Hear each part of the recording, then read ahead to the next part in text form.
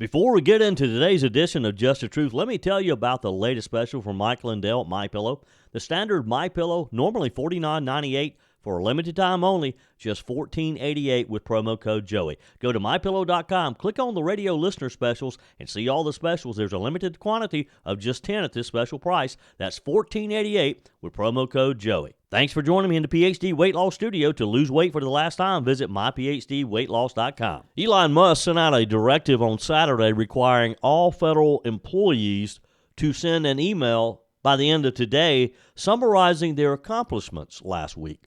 According to the email, they have until midnight to respond or face losing their federal job. We have the latest on this breaking story. Meanwhile, a number of Trump-appointed cabinet heads have reportedly told their employees no need to respond.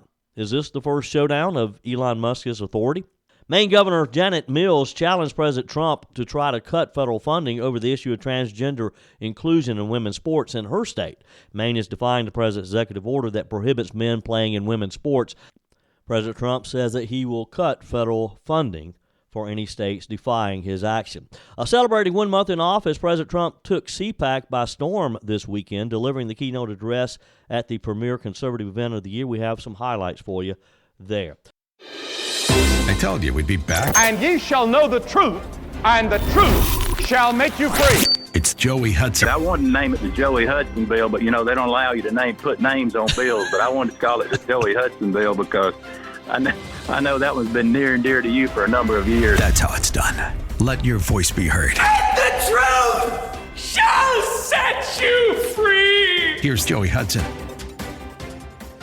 We saw headlines over the weekend that underscores the ongoing battle for the soul of our nation. From Elon Musk's bold moves to streamline our bloated federal bureaucracy, to the left's relentless assault on traditional family values, and the liberal media's internal turmoil with the whole issue with Joy Reid evidently being canceled. Let's start with Elon Musk and his overhaul as he continues to spark liberal outrage. Musk at the helm of the Department of Government Efficiency, DOGE, which has become a buzzword across the nation. He issued a directive requiring all federal employees to report their weekly accomplishments or face termination. This move aims to cut through the inefficiency, the waste that has plagued our government for decades now. Predictably, the left is all up in arms, even some Republicans. Democrat Representative Sean Casten took to social media calling for mass civil disobedience and claiming that Musk has no authority to enforce this directive. But let's be clear here. Holding government employees accountable is not only within the administration's rights, but it's also a necessary step to ensure that our dollars, your tax dollar, my tax dollars, is well spent. This pushback from federal agencies and unions primarily, employee unions, only highlights the deep-seated resistance to change within the D.C. swamp. And it's time for a government that works for you and me, not the other way around. Can you imagine if your employer, if your boss said, okay, I want you to send me an email by the end of the workday today telling me what you did last week. If you said, I'm not going to do it, can you imagine the response you would get?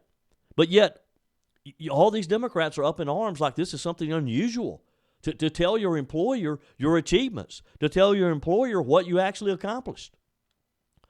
Tennessee Senator Marsha Blackburn says it's unacceptable for federal employees not to comply. What we know is happening through the DOGE efforts and through Congress and the work we're doing is accountability for the U.S. taxpayer. We want people who have been working jobs, many of them working remote, not showing up to the office in years, many of them working only 1 day a week in the office. Tell us what you're doing with your time. This is what happens in the private sector, and everybody has to fill out a report every week. Tell us what you're doing. What have you accomplished? What are your challenges? Where do you need additional help or support? That is what you call proper management. And we have federal employees that are saying, we don't want to do that. We want to do whatever we want to do on our time. And that is not acceptable. And I have to agree with the senator from Tennessee. It's not acceptable. However, there was some mixed signals over the weekend. Let's start with the new FBI director, Kash Patel. He is making it clear to the Bureau that they do not take marching orders from Elon Musk. Now, I don't know if this is a turf war that's already starting here or what. Mr. Patel directed FBI staff to ignore the request from Elon Musk that all federal employees show the work that they've accomplished in the last week. In his memo to the FBI, Patel said FBI personnel may have received an email from OPM requesting information. The FBI, through the Office of the Director, is in charge of all our review processes and will conduct reviews in accordance with FBI procedures. When and if information is required, we will coordinate the responses. For now, please pause any response. The message, of course, came just a day. This was yesterday after Elon Musk had issued the Justify Your Job ultimatum to all federal employees on Saturday. Musk said on X Saturday, consistent with President Donald Trump's instructions, all federal employees will shortly receive an email requesting to understand what they got done last week. Failure to respond will be taken as a resignation. The U.S. Office of Personnel Management sent the email out to all federal employees shortly after Musk tweeted this. Included in the email that was sent were instructions for employees to list approximately 5 bullets of what you accomplished last week and to copy your manager.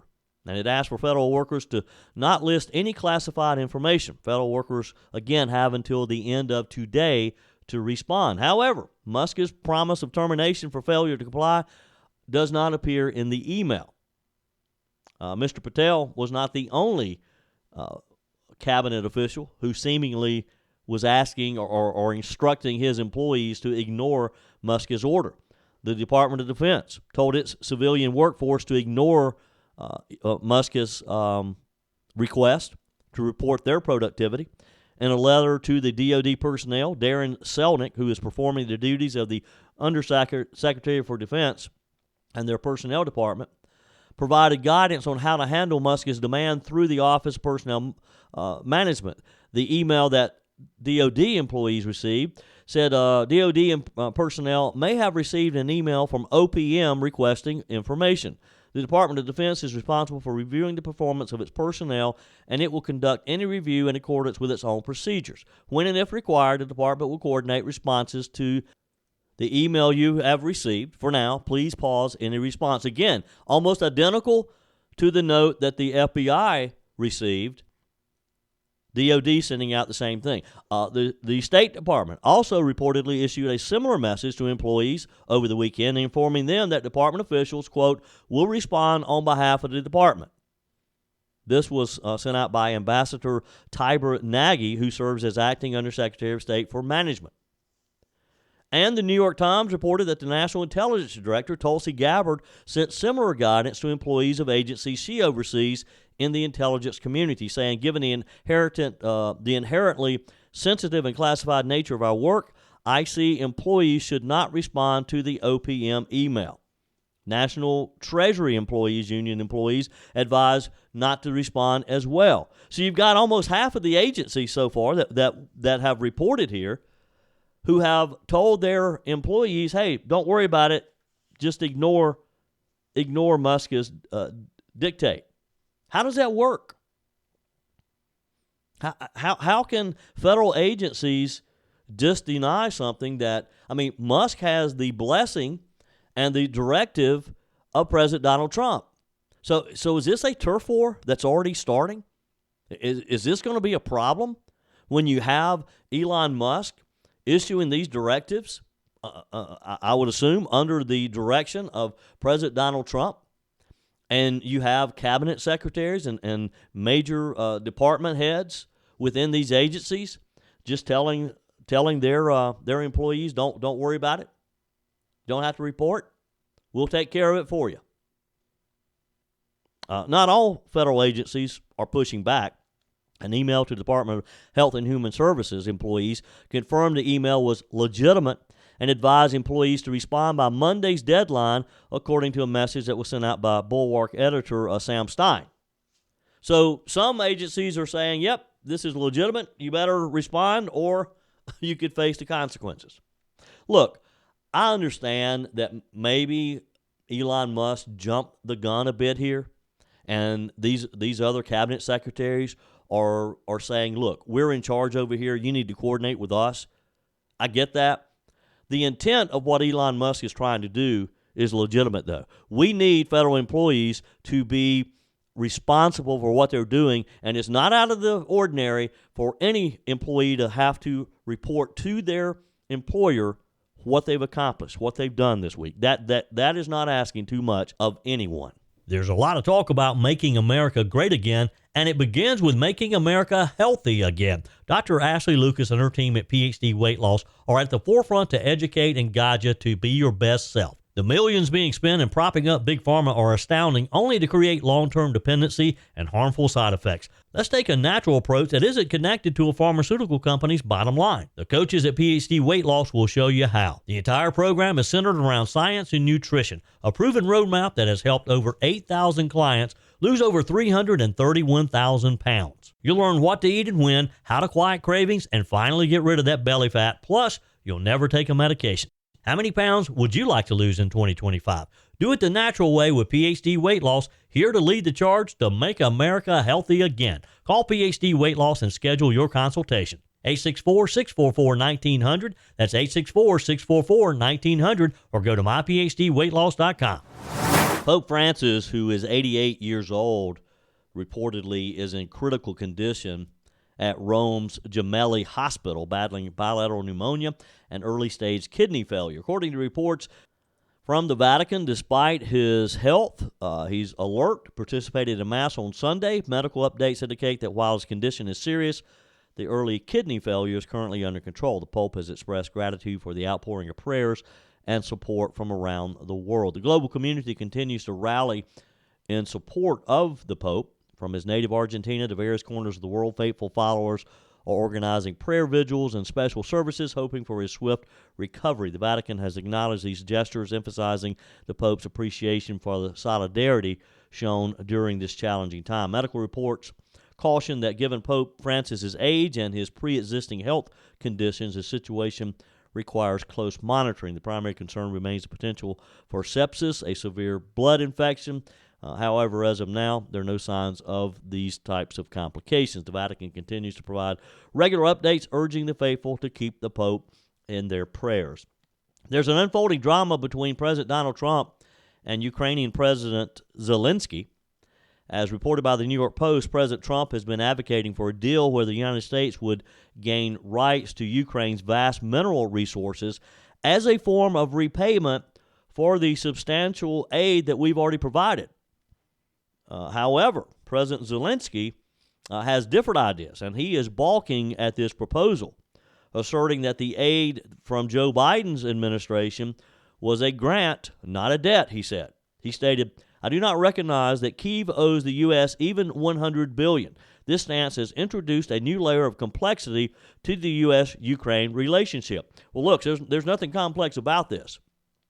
If Ukraine wants continued support, which I'm not inclined to give anyway, you're going to do it under our terms. And I don't think that Zelensky is in any position to be making demands of Donald Trump at this point. I mean, let's break this down. The U.S., under Joe Biden, extended significant support to Ukraine even when the American people were saying enough is enough. We continued to send billions of dollars. Joe Biden did. This support is not a charitable donation. It's an investment in promoting democracy and stability in that region that some argue is critical to our national interests as well, and probably are to a degree. President Trump's proposal, though, is to secure mineral rights. I mean, this is a strategic move to ensure that American taxpayers see some type of return on this investment, not just give it away. Joe Biden loved to just give our money away. Joe Biden did not have the business acumen to think, well, you know what? If we're going to give them billions of dollars, maybe we should ask for something in return. But President Zelensky's response raises some real questions as to whether or not he really wants to cut a deal here. And I hope that Donald Trump lets him know real quick that, look, if you don't want any more of our money under our terms, then that's okay. Get it from someplace else. By rejecting this proposal, Zelensky is undermining the very alliance that has been pivotal to Ukraine's defense. Where would Ukraine be right now if it weren't for the United States and Joe Biden?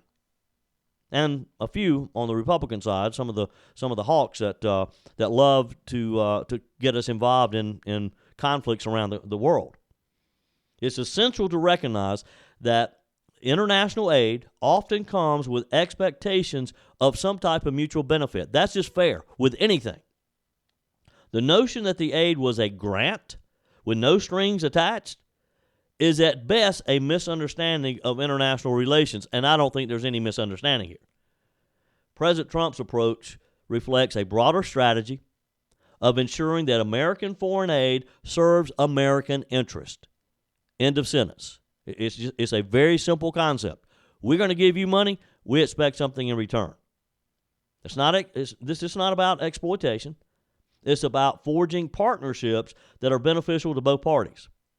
If Ukraine doesn't want our money, then, hey, go someplace else. Again, Ukraine stands to gain continued support, security guarantees, while the U.S. gains access to resources vital to our interests as well. That's a fair deal. It's a win-win.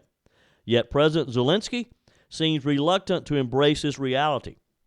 I don't think he understands he's not really in a strong negotiating position here. Maybe Zelensky doesn't understand the mood of the American people. This situation also highlights the stark contrast between President Trump's America First policy and Joe Biden's give it all away. Under Joe Biden, aid was dispensed without any kind of clear expectations at all, leading to scenarios where the American generosity was taken for granted. We were taken advantage of. We were laughed at. Now, President Trump, he's redefining these relationships, ensuring that America's contributions are met with appropriate returns. And one more thing, it's worth noting that President Trump's proposal is not without precedent. Throughout history, nations have secured access to resources in exchange for support. This strategy not only bolsters aiding the aiding nation's economy, which would be us, but also solidifies alliances. By offering Ukraine a path to economic development through resources that our country can provide through our partnership, President Trump is presenting a solution that addresses both their needs and our needs. It's a real simple concept to me. So let Zelensky make all the demands he wants. I hope and I think Donald Trump will call his bluff. Now, the mainstream media, in its typical fashion, is portraying this as an overreach by Donald Trump. They're framing it as an attempt to strong-arm a vulnerable nation. Let's just cut through the noise here. This is about establishing a relationship where both nations benefit, where the American support is acknowledged and reciprocated. It's about time that we have a leader who understands the art of the deal. He wrote the book on it, remember? President Zelensky's hesitation to engage in this mutually beneficial agreement is quite troubling. It's an opportunity for Ukraine to secure continued support and for the U.S. to ensure that our aid translates into tangible benefits. It's high time that we reevaluate all of our international relationships and international aid, and that we make sure that America's generosity is strategic and that it's repaid. This whole thing about that it's a grant, I can't imagine Zelensky having the nerve to say, well, you know what, that was a grant. That wasn't a loan. That he doesn't feel some type of obligation to repay us or to at least give us some type of benefit from the mineral rights that his country is so rich with. For far too long, the U.S. has extended aid without clear expectations. Donald Trump's going to put an end to that. This in the past, during the Biden-Harris administration, it led to alliances that were frankly just one-sided. We were doing all the giving. There was nothing in return. Trump's proposal was a step towards rectifying this imbalance by securing agreements that benefit both Ukraine and us and any other countries for that matter. We're fostering partnerships that's based on mutual respect and our shared interest. We all win. It's also important to address the misinformation that's circulating in the media as well. Critics argue that President Trump's approach is transactional and lacks compassion. Let's be clear here. Ensuring that American aid serves American interests doesn't negate our support for global allies. It simply means that we're approaching these relationships with pragmatism that we apply to domestic policy. In the case of Ukraine, this strategy is particularly pertinent. By collaborating on resource development, we're not only aiding Ukraine's economy, but we're also securing materials essential to our own industry, to our own best interest. This is the essence of a symbiotic relationship, one where both parties thrive. We get what we need, they get what they need. As we move forward, it's going to be crucial, I think, for leaders like President Zelensky to recognize the value that we offer, but to understand that we have a new attitude in the United States, and that's America first. That the Joe Biden and Kamala Harris deals are out. They're off the table now. We're not just giving you a one-sided deal here. We're not going to continue to send you billions of dollars with no expectations of something in turn. We can embrace this partnership, or we can move on, because I'm sure there are other countries who would love to get our money. Am I missing something here? You agree? Send me a quick email, joe@joeyhudson.com. You can text me as well. Hey, did you see the news over the weekend at MSNBC? The network is going to cancel the Joy Reid show, the Readout. Reid, of course, she's known for her divisive rhetoric. She's a far-left liberal. She's been a polarizing figure for way too long. This is way past due. We welcome this move as conservatives. Good riddance, Joy Reid. Liberals, they're critical of the network now. They're saying that the network has caved, that they're silencing the progressive voices. Evidently, there's a lot of turmoil over at MSNBC because there's hints that there's going to be more to come. This internal conflict within the liberal media really kind of underscores a broader identity crisis here. As their narratives continue to crumble, and reality sets in, they're scrambling. They're pointing fingers. They're literally eating their own. It's a spectacle that would be entertaining if it weren't so indicative of the misinformation they peddle daily. Folks, we're at a crossroads here.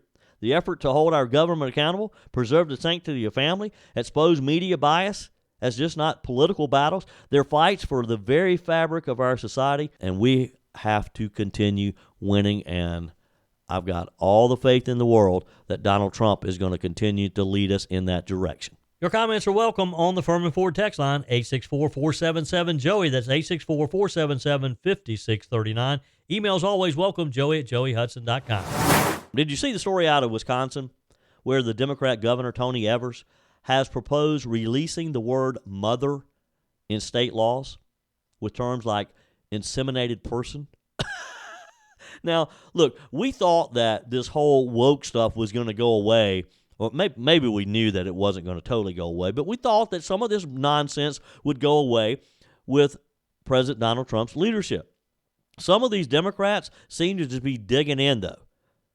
This is part of a broader effort, of course, to use so-called gender-neutral language, including changing paternity to parentage and husband or wife to spouse. You can't say husband or wife anymore. You always have to say spouse. But not say mother, say inseminated person. NFL legend Brett Favre didn't mince words calling the proposal nonsense. He's right. This is yet another example of the radical left's attempt to erase traditional family value structure and sow confusion under the guise of inclusivity. Look, Tony Evers needs to understand, just like the governor from Maine, those days are over.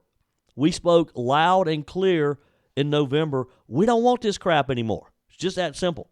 And speaking of this, Senator Marsha Blackburn reacted to Governor Janet Mills of Maine, her spat with Donald Trump last week over the issue of transgender inclusion. This lady went to the White House with a chip on her shoulder. She waited on the opportunity to confront Donald Trump, and Trump gave her that opportunity. Trump signed the No Men in Women's Sports executive order earlier this month. This is supposed to ensure that no transgender athletes compete against women or girls in sports. Some states, like Maine, have bucked the executive order, though. They're going to defy it. It all led to a public dust-up, if you will, between Mills and President Trump in the White House last week. She had some nerve to challenge President Trump in the White House. Trump threatened to withhold federal funding, and look, he gives as just as well, because right in front of all the other governors, he told the Maine governor, "Hey, I'm going to cancel your federal funding." And of course, she just jumped right back and said, "Well, I'll see you in court." Senator Marsha Blackburn talked about Maine's decision in an interview on Fox News with anchor Mike Emanuel. This is one of those defining issues between the left and the right. We fully believe that President Trump is right on this. It is the policy of the federal government that we will support Title IX as there for women in women's sports. And we will not support men, biological men, in women's sports. And as President Trump said, that this is the federal position, and therefore the governor should be enforcing that. She should want to protect women in women's sports. It is unbelievable that she would choose to not do that. Look, this lady needs to understand Donald Trump will make a believer out of her. The executive director of the primary governing body for high school sports in the state of Maine also says that athletic teams will continue to determine eligibility based on a student's stated gender identity, despite the president's executive order. Colorado Governor Jared Polis, who is a Democrat but serves as the chairman of the National Governors Association. And this whole thing started, the National Governors Association was meeting at the White House with the president when all this started. He said that basically trying to make some peace here, saying that as governors, they needed to find some common ground. We always hope that people can disagree in a way that elevates the discourse and tries to come to a common solution around what the issue is. I don't think that disagreement was necessarily a model of that. I wouldn't say it's a model of anything, for sure. The Republican Party is now the proud voice of everyday Americans across the country and the party of common sense, according to President Trump, who was also at the CPAC conference over the weekend. Trump told the largest gathering of conservatives that over the past month he's confirmed an all-star team of warriors, patriots, visionaries who put the America First agenda into action. Joe was the worst, and believe me, I have to clean up the mess. I'm cleaning up the mess, and it is a mess on the border with inflation. Could go over every single thing he touched turned to the fraudsters, liars, cheaters, globalists, and deep state bureaucrats are being sent packing. The illegal alien criminals are being sent home. We're draining the swamp and we're restoring government by the people. We're liberating communities like Aurora, Colorado, and Springfield, Ohio, that have been occupied by illegal alien criminals from all over the world. We're rescuing the Americans whose jobs have been stolen, whose wages have been robbed, and whose way of life has been absolutely destroyed. And under the Trump administration, our country will not be turned into a dumping ground. Trump entered the convention hall, the Gaylord at National Harbor, just down the Potomac from the White House, to a roaring crowd chanting USA, USA. He closed out what was an 80-minute speech by vowing to stand strong and fight for America over the next 4 years. The enthusiastic crowd included many protesters from the January 6, 2021 Capitol protest, including one man who screamed, "Daddy, we love you, thank you, Daddy," as President Trump took to the stage to the de facto MAGA anthem, Lee Greenwood's Proud to be an American. Again, just a huge crowd, over 1,000 people there, enthusiastically supporting and welcoming the President of the United States. Trump blasted his predecessor, Joe Biden. You heard him talking about Joe Biden there, calling him the worst president in the history of our country. He said, "I don't care, I'll say it. Jimmy Carter passed away, and he was a happy man when he passed away because it was not even close," saying, of course, that Joe Biden overtook Jimmy Carter's record as being the worst president in our history. He said, "We had a president who put illegal aliens up in the penthouse suites in beautiful hotels on Park Avenue, on Madison Avenue, on Fifth Avenue." He said, "Now you have a president who is stamping their ticket to Gitmo." Earlier on Saturday, Trump's border czar, Tom Homan, also spoke to CPAC. He proclaimed, "If I offend anyone today, I don't give a..." You can fill in the blank. He continued his war of words with Representative Alexandria Ocasio-Cortez during a very fiery speech there at CPAC. You may recall last week, Holman and Ocasio-Cortez sparred over Trump's administration's immigration policies on X. She's saying that he needed to read the Constitution. He kind of rebuffed that, saying that she just needed to learn how to read.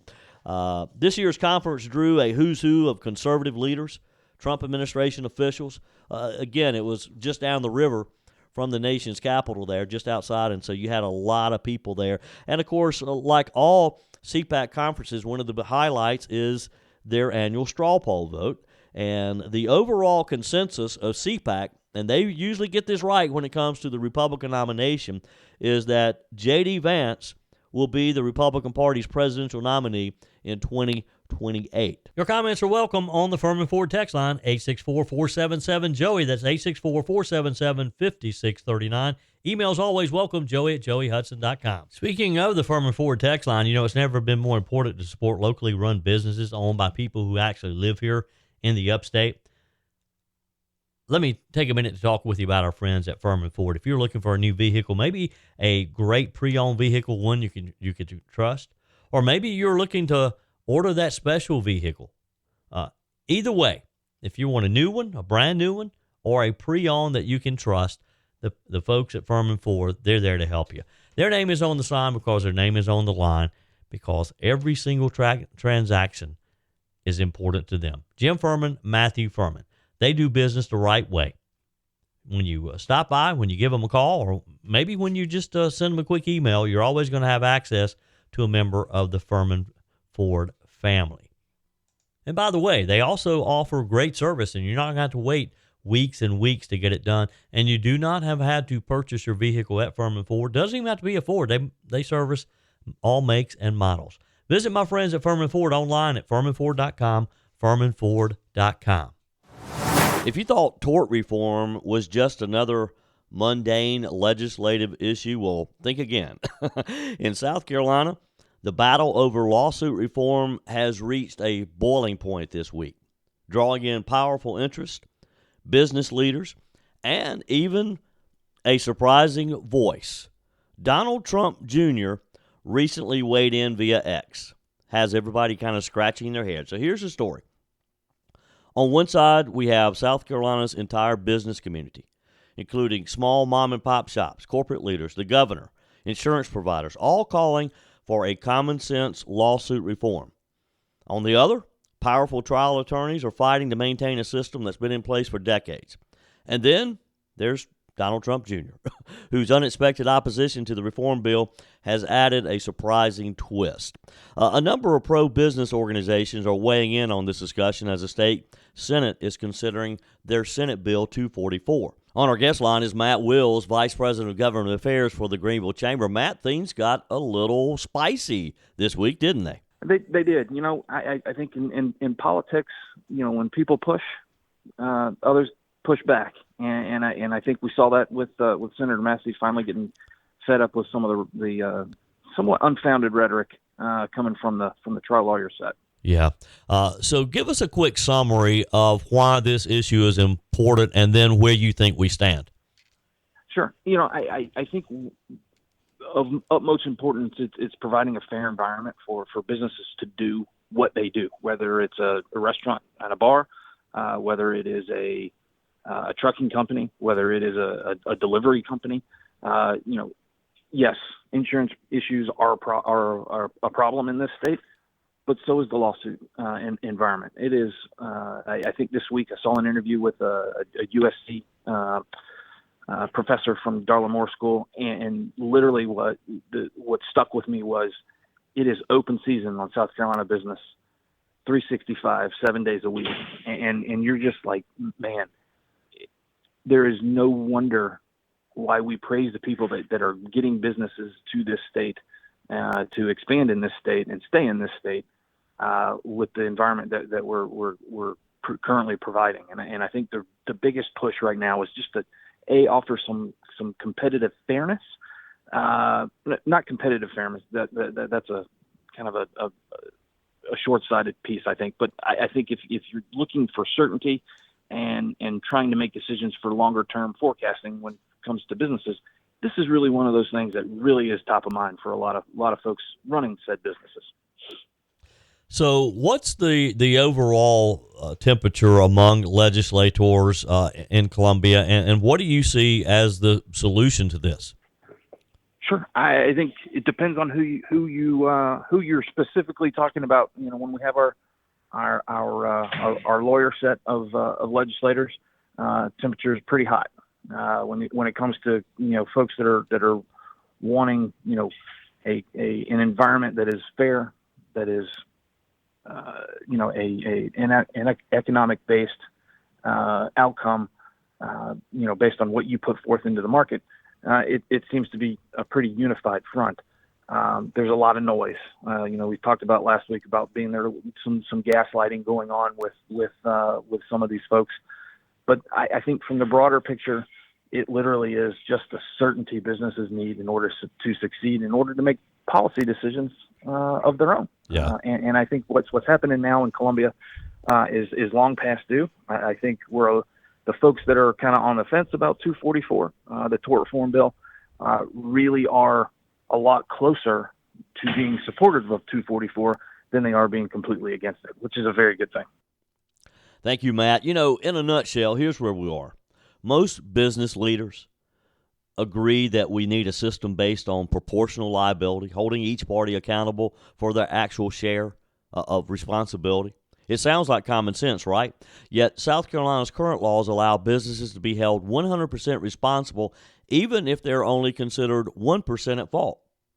This issue is particularly devastating for small businesses, especially bars, taverns, restaurants. The current system creates massive legal vulnerabilities that drive up costs, force many to close. And we've seen that over this past year. We've seen a lot of small restaurants, bars, and grills have to close because they simply can't get affordable liability insurance. Senate Bill 244 would eliminate the unjust practice of forcing businesses with deep pockets to pay the full price for accidents in which they played a minor role.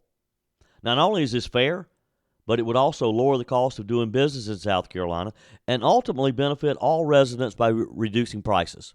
We're all going to benefit from this. So where does Donald Trump Jr. come in? Good question. Trump Jr.'s opposition to the bill has left many puzzled.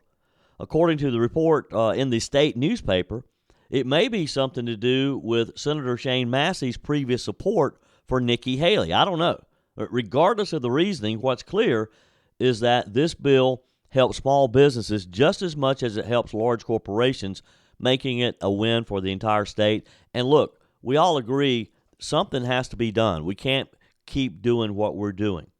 Some examples that I've read about. Scott Woods, he's the owner of City Tavern in Greenville. He has seen firsthand how broken the system is. After operating for 16 years without a single lawsuit, he's been hit with 3 lawsuits and nearly 30 demand letters since 2021. He fought back, refusing to settle frivolous claims, but most businesses don't have the resources to do the same. It's very expensive to fight back. Convenience store owners are feeling the heat. Jackson Lancaster has seen liability insurance for selling beer and wine soar to $30,000 a year when it was just $800 or so prior to this crisis. Other businesses have been forced to settle massive lawsuits as well. Incidents that were largely out of their control, driving insurance providers out of South Carolina altogether. We've gone from having 15, 20 insurance carriers, to down to just a few now, which makes the prices, you got to take what they give you. And it's just not fair to small businesses to be put into this situation. An example is the Parker's Kitchen case. We all know about the Murdaugh saga in the lower part of the country. It's a prime example of how our system works. Despite checking ID, following the law, Parker's Kitchen was still held responsible and had to settle for $15 million. Under current South Carolina law, businesses can be forced to cover the cost of others' negligence. And because the Murdaugh kids purchased the beer that was drank that horrible night when the boat accident happened, Parker's Kitchen was held responsible. If you agree it's time for tort reform to make things more fair in South Carolina, call your state senator, ask him or her to support Senate Bill 244. Contact your House member as well. That's it for today's edition of Just the Truth. Thanks for joining me in the PhD Weight Loss Studios. To lose weight for the last time, visit myphdweightloss.com. If you haven't joined my mailing list yet, visit my website, joeyhudson.com. Click on the Connect with Joey button so that you can receive our emails and the most up-to-date news. Also, join me on my YouTube channel. Be sure and like, comment, and subscribe. Just search for Joey Hudson. As always, thanks for spending a few minutes of your day with me. Do me a favor and forward this episode to a few friends. Just click on the share button and send to your contacts. We need to build an army of conservatives to win our country back, and we can do that by continuing to share the truth with our friends and family. Keep those comments coming via the Firmin Ford text line 864-477-JOEY. Email to joey@joeyhudson.com, and I love your messages on the MyPillow message line. Again, that's 864-477-JOEY, 864-477-5639. Be sure and take advantage of the MyPillow special, just $14.88 on the standard MyPillows when you use promo code Joey. Order online at mypillow.com or call 800-893-4053. We're back again tomorrow and hope you'll plan to join us. Until then, remember, God's got this. He's still in control.